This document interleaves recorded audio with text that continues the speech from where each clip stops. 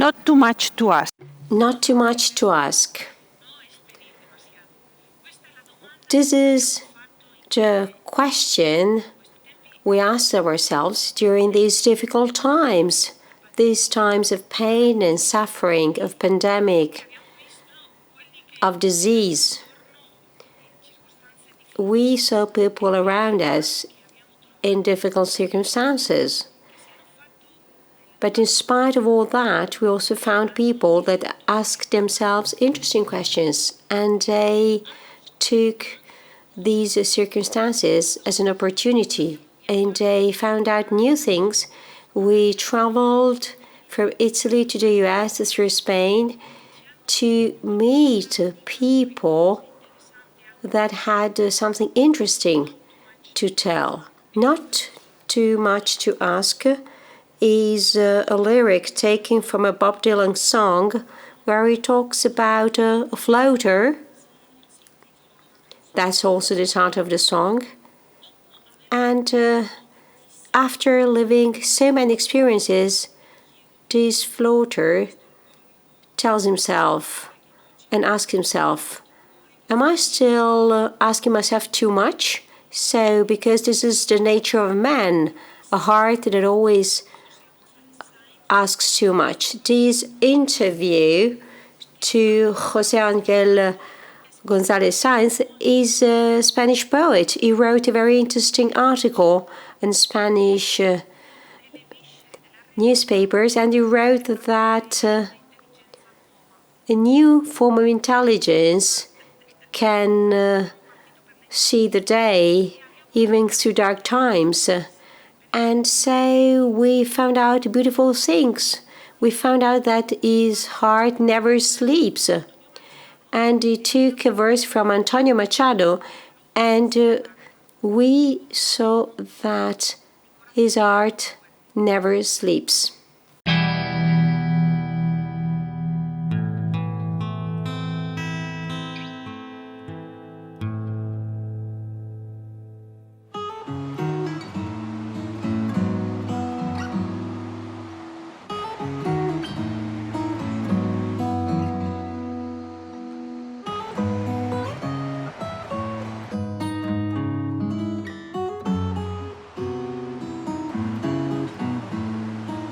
Soy José Ángel González Sáenz, aunque en mis obras nunca aparezco como tal, sino que aparezco como J. González Sáenz, con una idea de, no sé si separar, pero por lo menos distinguir al autor de esas palabras o de esas páginas y la persona.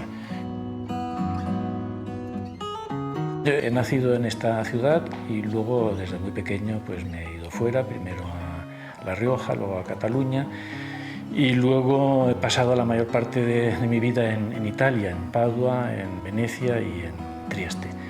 Y en los últimos años, hace ya como 4 años creo, me he vuelto a mi ciudad natal y trato de estar tranquilo, de vivir los años que me quedan, de disfrutar de la compañía de mis libros, de mis amigos, de mi familia y del paisaje tan extraordinario que hay por aquí alrededor. Vivir aquí es vivir en un sitio raro porque es la zona más despoblada de España. Tiene menos de 10 habitantes por kilómetro cuadrado, lo cual ha hecho que se mantengan intactas algunas cosas y que se pueda respirar y caminar con un poco más de holgura.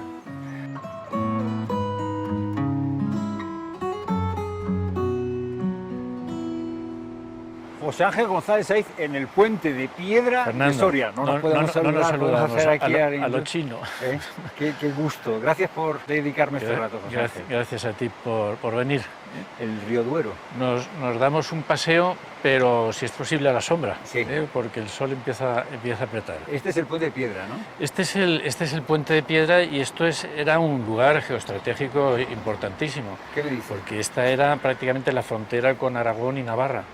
Entonces, por eso estaban aquí las órdenes religiosas, los hospitalarios, San Juan, los templarios un poco más allí, aunque hay quien dice que no hubo órdenes religiosas, pero era un poco el control de un sitio estratégico que era este paso. Ajá. Que era este paso. Esto era el paso a Castilla. La entrada a la ciudad y la entrada a Castilla. Ah, claro. La entrada a Castilla desde Aragón y desde Navarra. O sea, de aquí para allá era Aragón.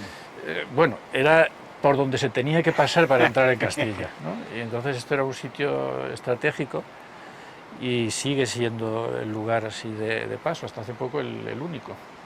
Bueno, pues si quieres, me enseñas... Pues vamos paseando por aquí, ya sabes que podemos ir por un lado o por el otro, vamos a coger este que es el más habitual.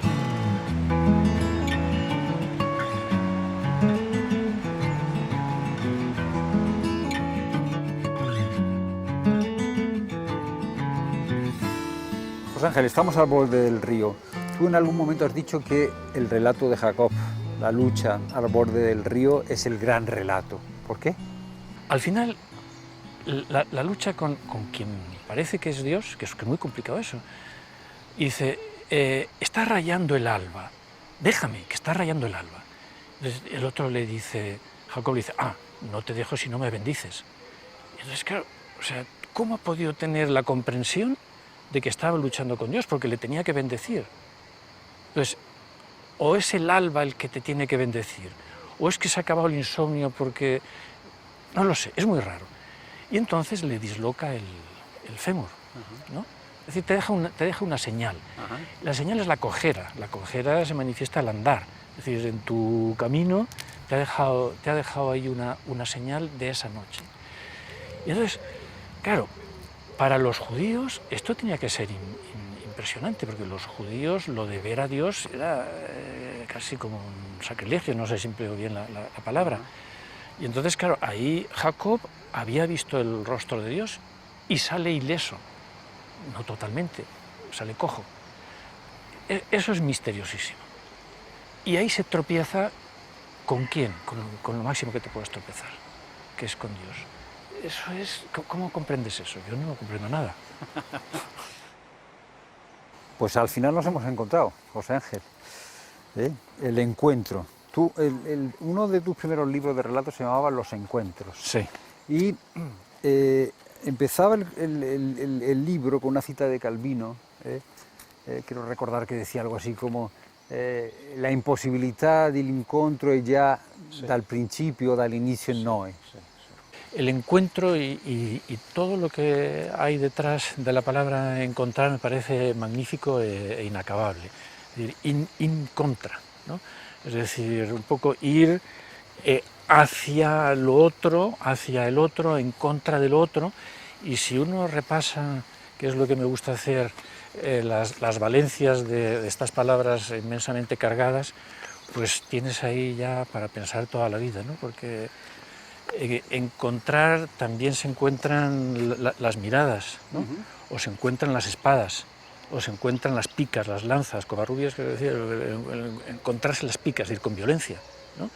Entonces hay un encuentro que puede ser violento, hay un encuentro que es como consecuencia de una búsqueda, hay otro encuentro que es encontrarse, toparse sin buscar, ¿no? Entonces, ese juego importantísimo, elemental, del verbo buscar, del otro, de ir hacia el otro, de darse cita, me parece un mundo extraordinario. ¿Y ahora le das la razón a Italo Calvino o es posible el encuentro? La búsqueda del otro es siempre el otro. Es decir, hay una sigue siendo el otro. Sigue siendo otro. Hay una imposibilidad de que tú seas el otro. Y eso es magnífico, ¿no? Si no, llegaríamos a la sandez total de la identidad, que es lo que ahora más culto reclama, ¿no? Volver al mundo, otro título de otro de tus libros. Magris dijo de él que era un retrato del nihilismo. Tú, si tuvieras que perfilar el nihilismo, retratar el nihilismo, ¿qué dirías? ¿Estamos en una época nihilista? Bueno, hay tanto y tanto bueno escrito sobre el nihilismo que tendríamos que ponernos a leerlo. En principio, vamos, la clave, no la primera, pero la clave fundamental la dio Nietzsche en el sentido de que el nihilismo es el derrumbamiento de los valores, ¿no? Las cosas que valían antes han dejado de tener valor, ¿no?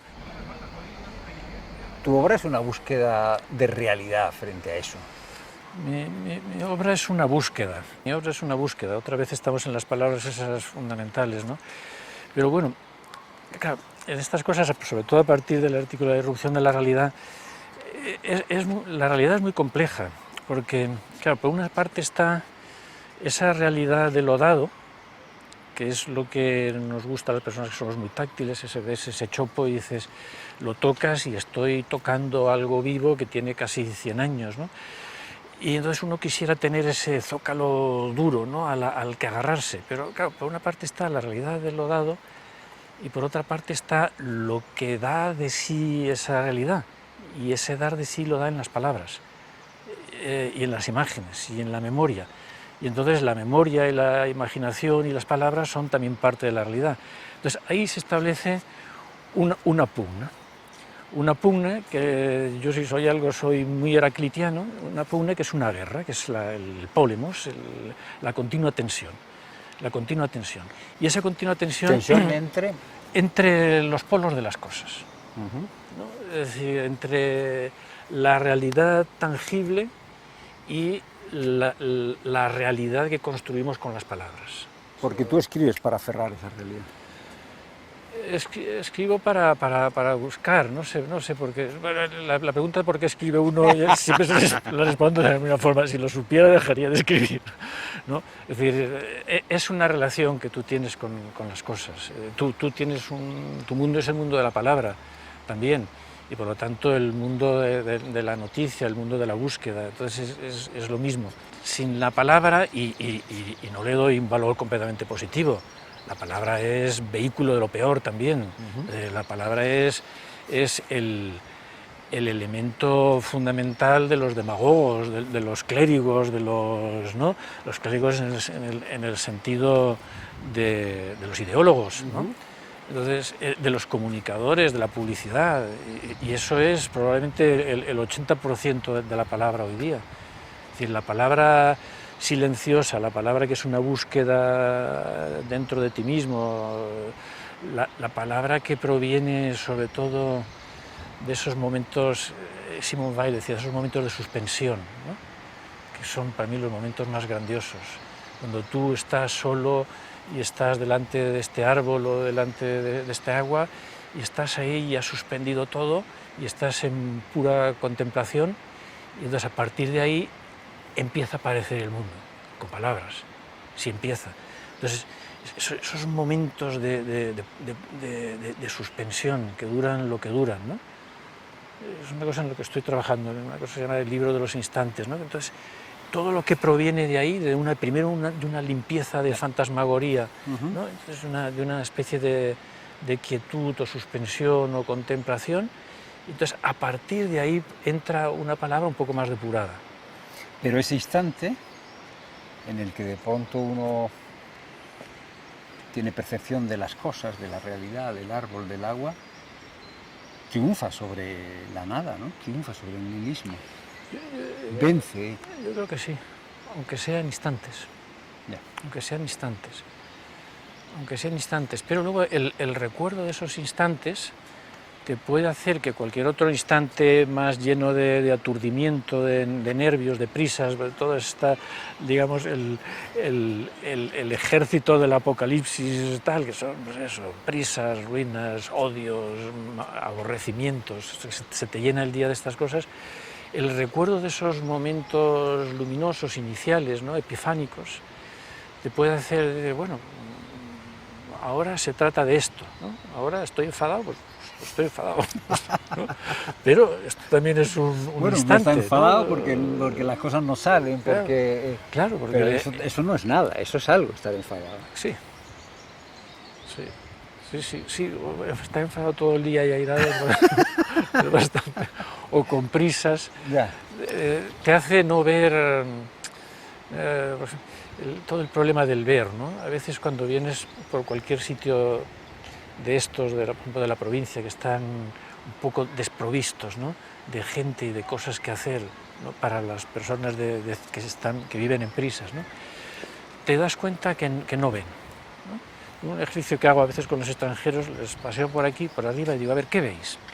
¿No? y al cabo de los días en que hemos leído un poco Machado y tal, ¿y ahora qué veis? Ya. Pues ahora esto no lo habíamos visto Ha cambiado la antes. mirada. Claro, ha cambiado la mirada.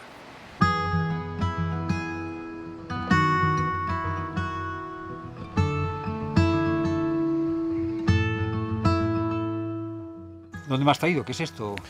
Pues estos Esta son preciosidad. los arcos de San Juan, que son monumentos emblemáticos de Soria. Normalmente siempre este tipo de arcos, que es el que más atrae, el más raro, ¿no? Ajá. Que luego podían parecer arcos como venecianos, del Renacimiento veneciano, Sí. pero es esta mezcla de arcos de medio punto románicos y estos arcos mudéjares. Lo bonito es esa mezcla, ¿no? Es esa mezcla. El mestizaje siempre tiene un atractivo, ¿eh? Claro, es sobre todo el pensar toda esta zona, ¿no? Lo mismo Berlanga que Santo Domingo, que todos estos monumentos con ese ensamblaje cultural, ¿no? Que denota esa convivencia entre las distintas religiones, que efectivamente hubo. La convivencia no es solo fiesta, la convivencia es también conflictos, ¿no? Pero hubo esa convivencia. Fíjate que yo viendo las piedras, esta solidez, me acuerdo de ciertas cosas que dices tú. Por ejemplo, del artículo este que escribiste en El Mundo, ¿no? Hacer de las tripas de la realidad corazón de inteligencia. Es una frase fantástica. A mí me resuena una vez y otra vez. Hacer de las tripas de la realidad corazón de inteligencia. Sí, bueno, las frases ya sabes que salen una vez y luego hay que pensar de dónde han salido, ¿no? Pues piensa conmigo, ¿de dónde ha salido esa frase? Bueno, fíjate, tú ya sabes que nosotros decimos hacer de necesidad virtud, ¿no? Entonces, hacer de algo necesario, de lo que está ahí, algo virtuoso, ¿no? Y luego los otros términos son corazón, inteligencia. Entonces ahí está el gran debate, ¿no? Entre sentimientos y pura racionalidad, corazón, inteligencia. Y a lo mejor esa frase sí que tiene más miga, ¿no? Porque es hacer de lo necesario, de lo que está ahí, algo inteligente y virtuoso. La virtud se hace y la virtud es suficiente en sí misma, ¿no? Entonces, ¿cómo hacer de los datos que tenemos algo que sea virtuoso? Pero llevamos mucho tiempo quizá haciendo inteligencia sin estar palpando las tripas de la realidad, ¿no? Bueno, porque es que eso es muy difícil. Es que es muy difícil porque estamos en lo mismo. Es decir, claro, la fascinación de la piedra es que ves que ahí hay una apertura a la eternidad, ¿no? Nos parece sólido, nos parece definitivo, que ni siquiera lo es, porque las piedras también se erosionan, no hay más que ver esto, ¿no? Pero claro, la piedra nos da esa idea de eternidad, de durabilidad, de solidez, ¿no? Y entonces, pues bueno, acercarnos, tocar una piedra nos parece que nos pone en contacto con eso. Pero no nos engañemos, es decir, lo nuestro es la cultura, lo nuestro es de eso hacer cosas. Volvemos a lo de antes, hacer con palabras o hacer con las manos, ¿no? Lo de Benjamin, ojo, palabra, mano, ¿no? Y esa batalla es infinita y nunca la venceremos ni se puede vencer, ¿no? Es intentar hacer de necesidad virtud, ¿no? Intentar hacer, como era la frase, de las tripas de la realidad, corazón de inteligencia. Corazón de inteligencia, que me recordó otra frase que habías dicho tú en otra entrevista en ABC. Decías entonces, me preocupa ser demasiado rápido, quiero ser lento, porque cada cosa se trasciende el árbol, se trasciende la piedra. ¿Qué quería decir trasciende ahí? Es decir, que yo tengo la impresión o la convicción, no sé, hay que buscar bien la palabra, de que cada cosa y su trascendencia. Un poco podemos hacer el eco de lo de Ortega, yo soy yo y mi circunstancia. Cada cosa es esa cosa y su trascendencia. Claro, su trascendencia puede ser pues la fantasmagoría en la que vivimos cada vez más y la virtualidad cada vez más desbocada en la que vivimos, ¿no? Entonces, el peligro de la pérdida total de cosa, ¿no? es evidente, ¿no? Pero claro, nosotros somos cultura Y entonces nosotros somos esa posibilidad de fantasmagoría total, Ya. o sea, de imagen, de fantasma. ¿Y por qué crees que hemos perdido tanto el vínculo con la realidad? Yo creo que está en lo nuestro, porque lo nuestro es hacer a partir de la realidad. Lo que pasa es que, claro, que en algún momento hay que recordar las cosas, hay que recordar lo que viene antes, hay que recordar que nosotros no estamos aquí hoy por primera vez en la vida, es decir, que había palabras antes, que están los muertos, que están nuestras anteriores generaciones, y decir, y que no vivimos hoy por primera vez en el mundo, ¿no? Entonces, claro, hay que recordar todo eso. Hay que tratar de mantener algún contacto con algo que en el momento que lo nombramos ya no es la realidad, sino que es la realidad creada, pero es decir, en esa tensión es donde vivimos, ¿no? Ya. Entonces, para mí es importante mantener la tensión viva. La tensión hacia las cosas. Hacia las cosas, viva, hacia los hechos, hacia la realidad. Y entonces creo que no hay más remedio que volver un poco a las cosas. Y volver a las cosas es volver a lo inicial, y lo inicial es piedra, hoja... ¿Y qué nos ayuda a recuperar cosas? Pues Porque a veces, decías tú antes que llega un momento en que nos desvinculamos y solo está lo soñado, a lo veces pensado. nos ayudan, volvemos a los términos que me gustan, los tropiezos, Ajá. tropezar, las crisis sociales, las crisis personales, las enfermedades, los tropezones, tropezar. Corazón de inteligencia porque razón y corazón van juntos. Bueno, juntos y no mezclados, ¿no? Es que ese debate está ahí, no pueden ser una cosa y la otra la misma, porque si no estaríamos perdidos. Pero, digamos, ahora estamos en ese momento en que tú a cualquier cosa le pones la palabra emoción y ya te parece que tienes todo el pescado vendido. Es decir, parece que lo emocional... Olas de emotivismo. Emotividad, sentimientos por todas partes, eso es un horror. Es decir, cuando algún movimiento político plantea que ya está bien de racionalidad y que lo que hay que hacer es reivindicar el sentimiento político es el odio, el linchamiento. Cuando la interacción entre lo que llamamos nosotros ahora intelecto y sentimiento no se entrevera bien. Ya. Y la razón no consigue llevar las riendas, con lo cual, ante cualquier cosa, hay una toma de partida previa por el corazón. Es el prejuicio el que manda. Es el prejuicio, ¿no? Entonces, esa es la estupidez peligrosa. Ya. Sobre esa estupidez cabalgamos. La estupidez de que antes ya me ha caído mal. Ya.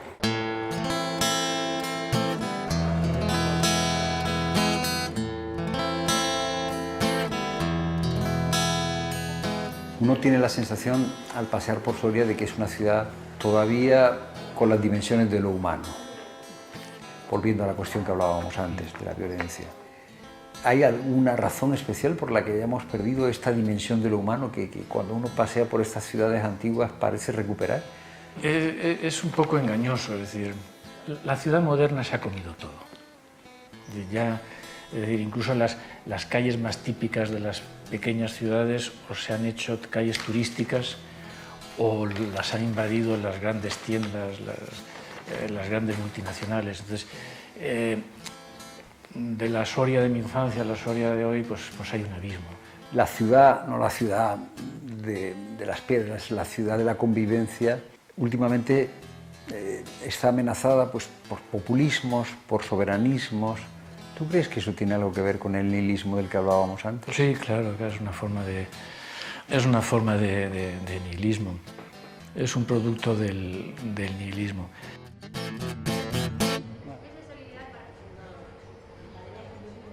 Me has traído a uno de tus sitios de tertulia, todavía hay tertulias. Te he traído a un sitio donde se come muy bien y nosotros tenemos un grupo de amigos, una tertulia los martes al atardecer. Y en este mismo sitio, en este mismo entornado, pues aquí nos vemos una serie de amigos y hablamos pues, de lo que salga. Yo te tengo que hacer una confesión. Yo hace ya algunos años cuando leí tu libro Ojos que no ven, quedé absolutamente en shock, porque la historia de Felipe Díaz Carrión, un hombre probablemente de uno de estos pueblos de Castilla, que tiene que salir al País Vasco, que al final de forma indirecta y de forma directa sufre lo que supone la violencia de ETA, a mí me dejó absolutamente impresionado. Y es un libro al que vuelvo habitualmente. ¿Por qué quisiste titular a ese libro Ojos que no ven? Un poco por el problema de la ceguera, de lo que hemos hablado antes. La ceguera a veces es estupidez, es no querer ver, ¿no? Es decir, no hay peor ciego que el que no quiere ver, según dice el proverbio con toda sabiduría, ¿no? Entonces el problema de no querer ver me ha parecido siempre esencial, que todos en nuestra vida hay momentos en que no queremos ver ciertas cosas y por lo que sea, en algún momento a lo mejor se nos abre un poco, se nos abren los ojos, nos viene la luz y vemos, ¿no? Pero bueno, ese libro es la combinación de muchas cosas y que se juntan. De pronto se ve inmerso en esa violencia sorda que le quita a la mujer, porque la mujer acaba pensando como la gente de ETA, le quita al primer hijo, que también acaba pensando y actuando como ETA. Son los años terribles, supongo que son los años 80, los años de... Y sin embargo, Felipe Díaz Carrión sigue pegado a la realidad. Es un hombre al que el camino le anda por dentro. ¿Qué significa eso, que el camino le ande por dentro a Felipe Díaz Carrión?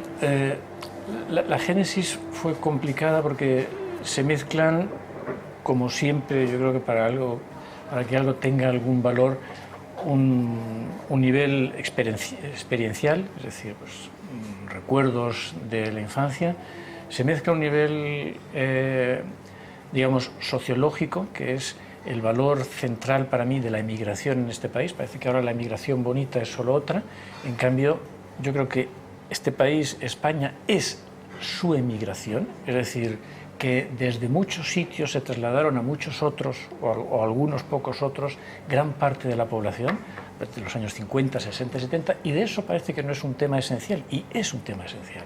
En el camino Felipe sigue apegado a la realidad. Exactamente. Hay ecos de todo el símbolo del camino, que hay una gran literatura sobre él. Snell, no sé si lo conoces, es un libro extraordinario. Y en el caso de la novela hay un eco, a veces incluso con la palabra exacta, del camino de campo de Heidegger. Ahí dice unas cosas extraordinarias.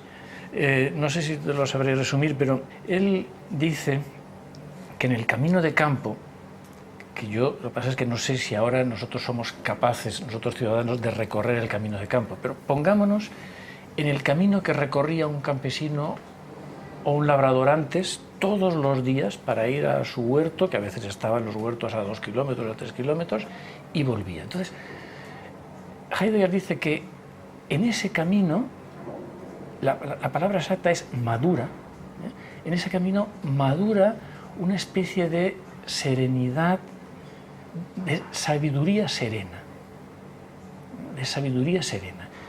con un deje melancólico. Entonces, madura en el que hace ese camino, esa serenidad, ¿no? Esa serenidad, esa sabiduría sabia. Entonces dice una cosa fantástica. Dice, esa sabiduría sabia, dice que quien no la tiene no puede obtenerla, que le viene del camino, es una apertura a lo eterno.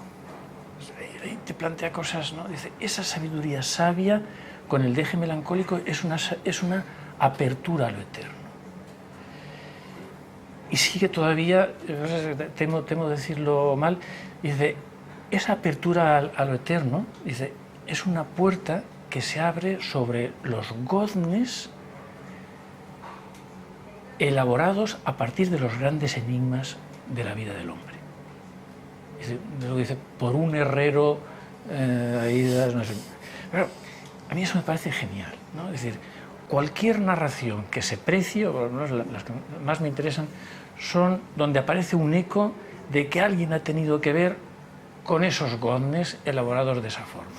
Y ahí es donde, a diferencia del entorno, Felipe está rodeado de un entorno borracho de ideología, sin embargo Felipe en el camino las cosas le hablan. Exacto. Hay un pasaje formidable. Exacto. En el ir y venir por el camino las cosas le hablan. ¿Qué dicen las cosas? Claro, digamos, él tiene esa sabiduría, que no aparece expresada, pero él tiene esa sabiduría.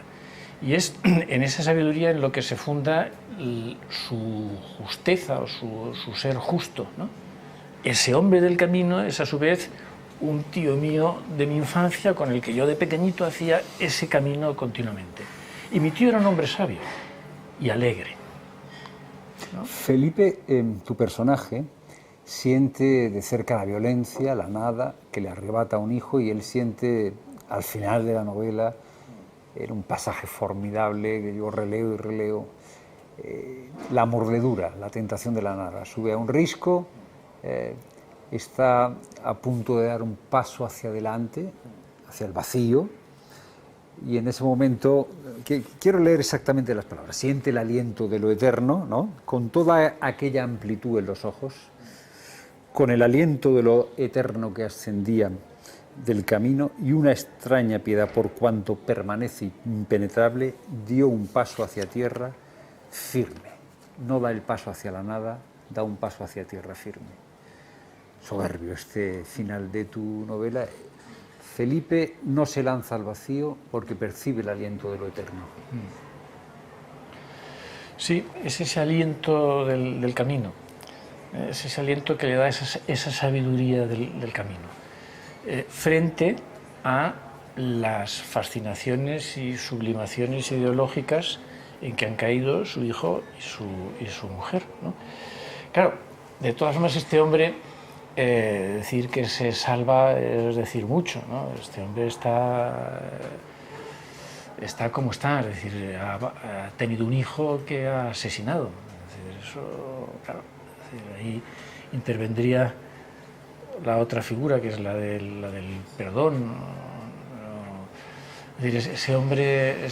Pero al menos en el momento, ese hombre, al menos en el momento tremendo, ¿no? Sí, da un paso atrás. Da un paso atrás, frente a la apariencia de que todo ha quedado en nada.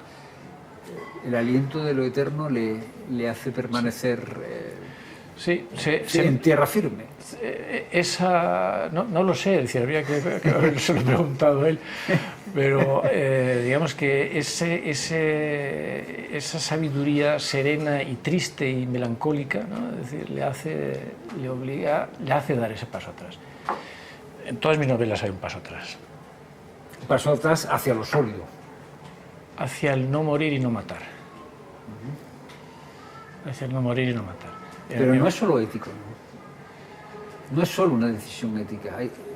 O sea, al menos en la novela está descrita como una vibración estética, una vibración entre las cosas. Una vibración donde hay un elemento estético. La edición italiana ponía en la solapa que la belleza le salva. Entonces me escribió Máximo Cacciari y dice, oye, que la belleza no salva a nadie. Digo, no, eso ha sido en la editorial. Yo no sé que la belleza... Esa era una famosa frase de Dostoyevski. Sí, pero la belleza, bueno, eso nos meteríamos ahí. Da un paso atrás movido porque a mí otra cosa que me interesa mucho que es el dar cabida. Da cabida a más cosas, entre ellas la belleza, ¿no?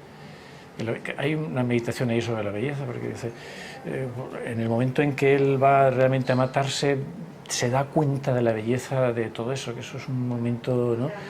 El momento anterior a la desaparición es el momento en que a lo mejor, ese momento yo creo que tiene que ser el momento mágico, epifánico, ¿no? De darnos cuenta de, jolín, qué sencillo era esto, y qué fácil y qué hermoso, ¿no? Es un poco Job también. Sí, y eso lo siente él allí, antes de eso, ¿no? El camino da solidez. ¿Qué más da solidez en este vértigo, por ejemplo, el que tú describes de la violencia de ETA, del atractivo de la nada? Que, no sé, personas, presencias amigas, ¿qué da solidez? No sé lo que puede dar solidez, pero la solidez son estas cosas de las que hablamos siempre, ¿no? La verdadera compañía con las personas, con las cosas, con las estaciones, con el tiempo, hace poco estábamos en el río y hablábamos de Thoreau. Thoreau tiene una cosa, un eco casi manriqueño, Manrique es insuperable, eso lo sabía hasta don Antonio. Pero ahora dice, la vida está en nosotros como el agua en el río, ¿no? Entonces, esa conciencia de que la vida está en nosotros como el agua en el río, me parece maravillosa. Y eso, paradójicamente, yo creo que da solidez. El saber que, como dijo don Antonio, lo nuestro es pasar. Don Antonio Machado. Antonio Machado, que lo nuestro es pasar, ¿no? Paradójicamente, eso puede dar cierta solidez.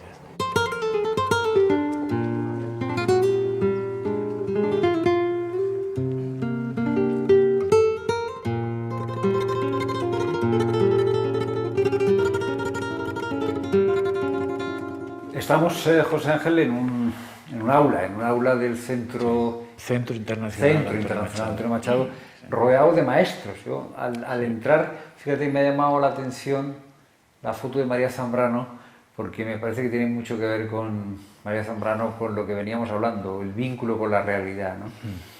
Maestros, tú que has sido maestro, ahora te pediré que me des una clase, ¿eh? Pero, ¿qué maestros han acompañado? ¿Cómo te acompañan los maestros, José Ángel? Bueno, has utilizado la palabra, creo, adecuada, es decir, un maestro es alguien que te acompaña toda la vida, ¿no? Es decir, alguien que lo encuentras, volviendo a lo de esta mañana, ¿no? Lo encuentras en algún momento determinado y es capaz de acompañarte con su obra, con lo que te ha dicho durante toda la vida.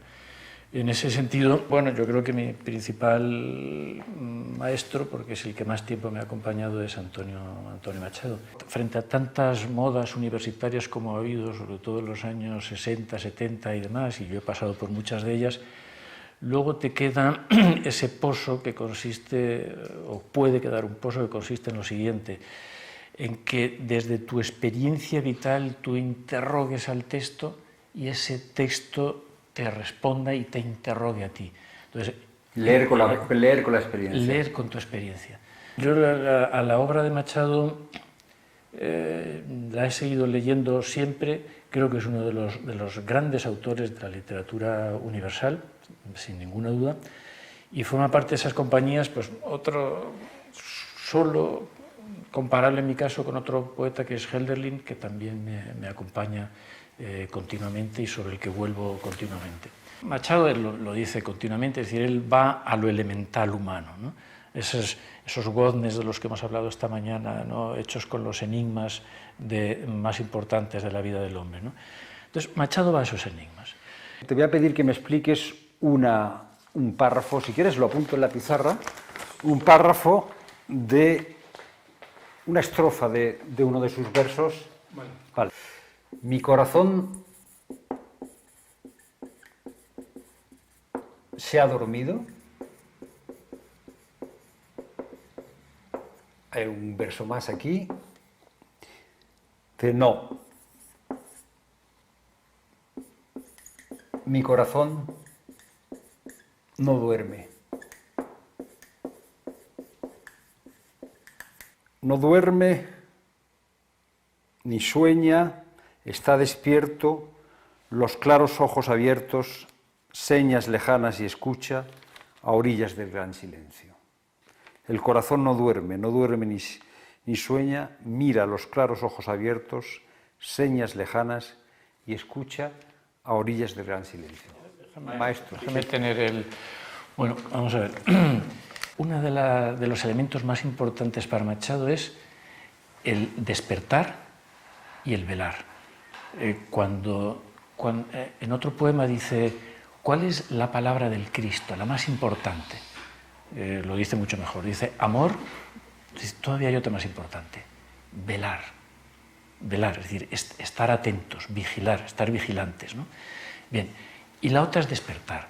Entonces, él suele decir, en otro poema dice, ¿cómo era? Entre el dormir y el soñar hay una tercera cosa, adivínala. Es el despertar, que es lo más importante. Entonces aquí se pregunta, mi corazón está dormido, mi capacidad de sentimiento está dormida, ¿no? Y entonces dice, ya estás dormido, está seca la noria de mi pensamiento, inmediatamente no, mi corazón no duerme, está despierto. Cuando Machado es tajante, es muy tajante. Dice, ni hablar, está despierto. Lo importante es que mi corazón esté despierto, alerta, velando, ¿no? Lo lejano. ¿Y qué hace? Escucha, mirar, escuchar, lo de siempre, ¿eh? Oír, mirar, mira y escucha. ¿Y qué hace? ¿Qué mira? A lo lejos. ¿Y qué escucha? A orillas del gran silencio. Orillas del gran silencio. A orillas del gran silencio. Aquí podemos meter lo que queramos. Entonces, ¿estás dormido? Corazón, ¿estás dormido? Pensamiento, razón, ¿estás dormida? Ni hablar. Estoy trabajando a marchas forzadas. ¿Qué hago para trabajar? Oír y escuchar y ver. Ver todo lo lejos que pueda. Escuchar el gran silencio, ¿no? Su conversación, la plática con el hombre que siempre va conmigo, como preparación de poder hablar a Dios un día. Todo diálogo con el otro, todo el diálogo con el otro de uno mismo es la preparación del gran diálogo. Y el gran diálogo es el que es muy duro, porque él dice, sí, yo acudiré y rendiré cuentas, dice, pero también pediré cuentas. Es una cosa que le deja bastante, ¿no? Eso es casi una forma de blasfemia. Pero, bueno, es un diálogo. Pero es un diálogo.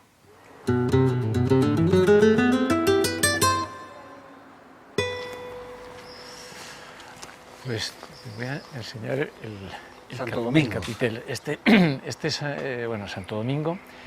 Y bueno, aquí tienes, como te decía antes, una especie del mundo para un medieval, ¿no?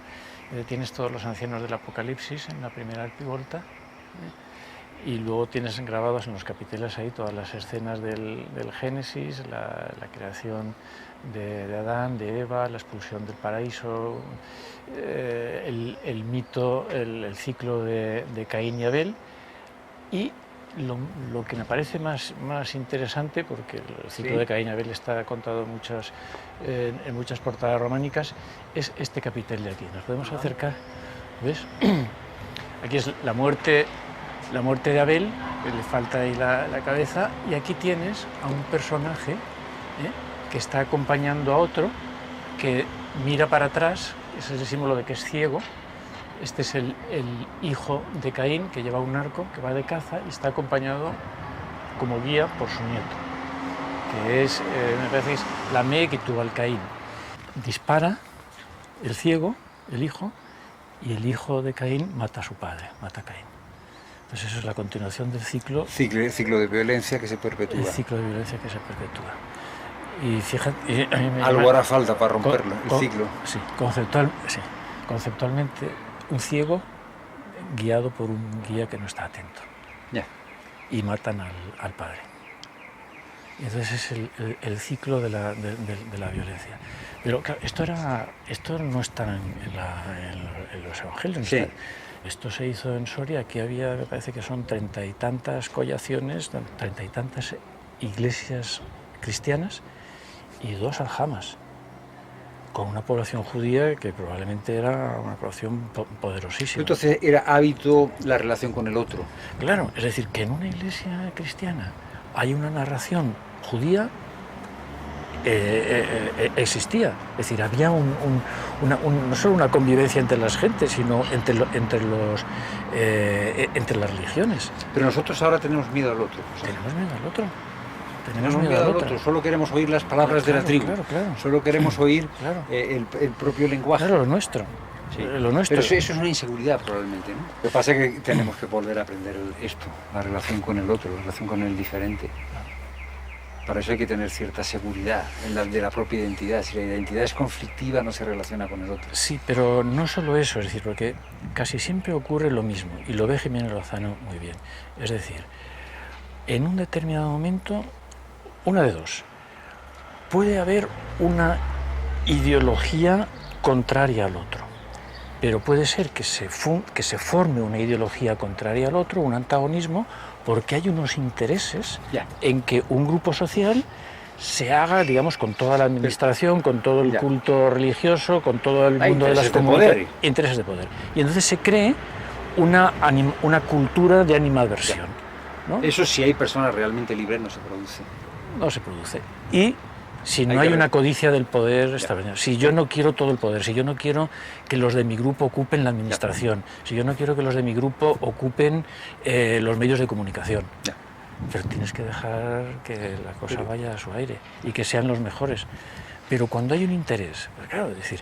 Y frente a ese poder que tú describes también, hace falta una persona libre, hace falta un yo, hace falta alguien que sepa distinguir la realidad de la nada, que sepa distinguir las voces, como decía Machado.